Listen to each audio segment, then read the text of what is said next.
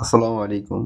আজ আবার এসে গেছি একটা নতুন গিজারের ভিডিও নিয়ে। এই গিজারটার মেন প্রবলেম হচ্ছে যে গিজার থেকে জল একদম আসছে না। তো মেন যেটা প্রবলেম আমি দেখলাম, ওই যে ইনলেট যে কলটা রয়েছে, ট্যাপটা, সেই ট্যাপটা থেকে কিন্তু জলটা একদমই আসছে না। মানে এই যে কলটা আপনারা দেখতে পাচ্ছেন, তো এটার মধ্যে এই অ্যাঙ্গুলারটার, মানে যেহেতু জিআই এর মাল এগুলা সিপি, তো সেক্ষেত্রে এর ভিতরে যে প্রচুর পরিমাণে আয়রনের কারণে মানে জং মরচে পড়ে গিয়ে ওটাকে কিন্তু ব্লক করে দিয়েছে একদমই। ওখান থেকে জলটা পাস হচ্ছে না। তো এটা আমি গিজারটা সার্ভিস করব এবং এই অ্যাঙ্গুলারটাকেও আমি চেঞ্জ করব। তো এটা সর্বপ্রথম এটাকে আমি চেঞ্জ করে তারপর গিজারটা সার্ভিসিং করব। তো আমি গিজারটা সার্ভিসিং করার জন্য গিজারটা নামিয়ে নিচ্ছিলাম।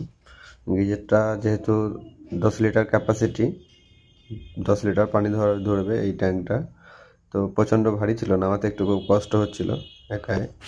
তো আমি গিজারটা প্রথমে কভারটা খুলে নেওয়ার পরে আমি সমস্ত ওয়ারিংগুলোকে খুলে নিচ্ছিলাম।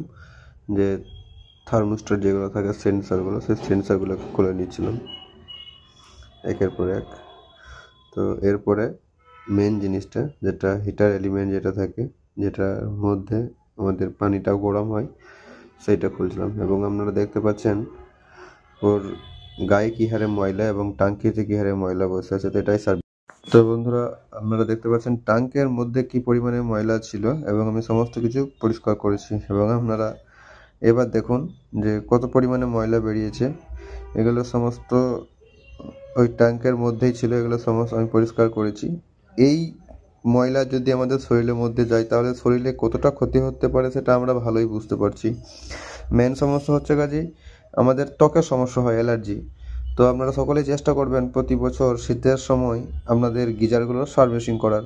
সার্ভিসিং না করলে আমাদের অনেক ধরনের সমস্যা দেখা দেয় গিজারের মধ্যে এবং আমাদের শরীরের মধ্যেও।